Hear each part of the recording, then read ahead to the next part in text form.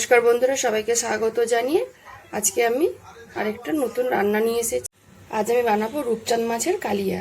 দেখুন, রূপচাঁদ মাছটা কিন্তু অনেক বড় বড় কত বড় বড় পিস। ভালো করে ধুয়ে নুন হলুদ মেখে নিয়েছি। আর দিকে নিয়েছি মশলা, পেঁয়াজ কুচনো, আদা রসুন টমেটো। প্রথমে মাছগুলোকে আমি ভেজে নেব। সরষের তেল গরম করে নিয়েছি, এবারে মাছগুলো ভেজে নেব।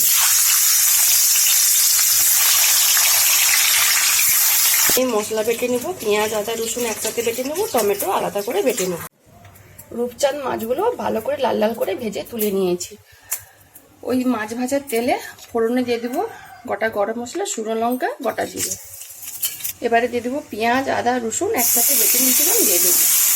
পেঁয়াজ আদা রসুন ভালো করে ভাজা ভাজা করে নিয়েছি। এবার এর মধ্যে গুঁড়ো মশলা দিয়ে দেবো, হলুদ গুঁড়ো, লঙ্কা গুঁড়ো, জিরে গুঁড়ো আর ধনে গুঁড়ো, সামান্য একটু মশলা দেওয়ার জল।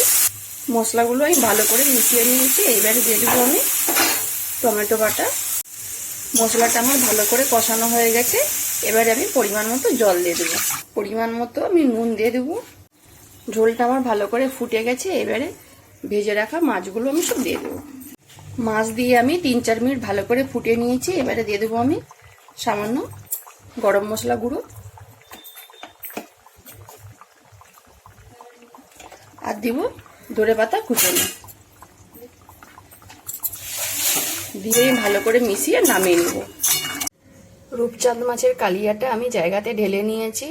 আর এই রূপচাঁদের মাছের কালিয়াটা কিভাবে বানালাম দেখলাম তো বন্ধুরা। যদি এই রেসিপিটা ভালো লেগে থাকে তাহলে অবশ্যই একবার বাড়িতে বানিয়ে খাবেন আর আমাকে কমেন্টে জানাবেন। যেসব বন্ধুরা আমার রান্নার ভিডিও পছন্দ করেন তারা অবশ্যই লাইক কমেন্ট শেয়ার করবেন। আর যারা ইউটিউব চ্যানেল থেকে দেখছেন তারা সাবস্ক্রাইব করে পাশের ঘন্টাকে ক্লিক করবেন। সবাই ভালো থাকুন, সুস্থ।